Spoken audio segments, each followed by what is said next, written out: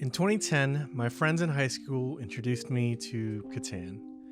Back then, we were playing a lot of Halo 3 on our Xbox 360s and NHL 11 on the PS3, or we were playing the super trendy new sport called Ultimate Frisbee. Before Catan, getting together to play a board game was never something my friend group would really consider doing. However, one of the teachers at our school started a Catan club, and one of my friends joined on a whim and introduced us to the game a week later. It's a little hard to bring myself back to my headspace back then, after playing so many different board games since.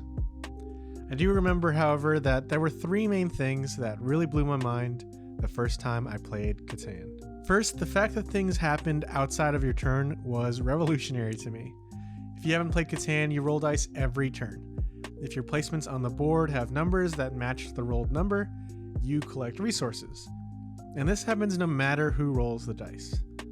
I found this super interesting back then. It made it so that you would be invested in the game throughout the whole playthrough, cheering or groaning on every turn. Second, I found the robber mechanic a really fun way to add some meanness to the game. Rolling a 7 causes the robber to move, blocking a space on the board so that resources can no longer be collected there. And you also get to steal a card from one of the opponents present. Additionally, anyone holding on to more than 7 resources in hand must lose half of them. This can feel pretty mean, but it's a way that players that are behind can keep the winning players in check.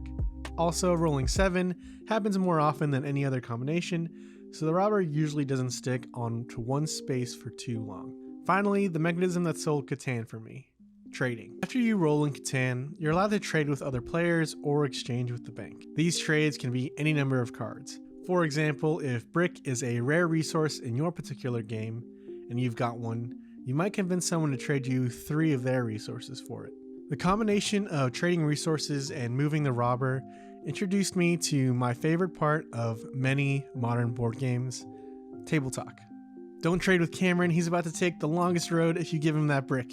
Don't rob me, the robber's been on my space the whole game. Sheep for anything? Sheep for anything? I don't have any ore. You have 2 ore, you got them 4 turns ago. I love this part of Catan, but if you don't, I totally respect that. It's absolutely not for everybody.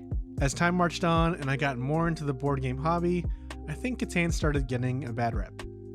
Maybe because it became a little overplayed, or people felt it was a little too reliant on dice, or whatever reason. And it feels like its place next to Carcassonne as the most common gateway game was supplanted by Ticket to Ride.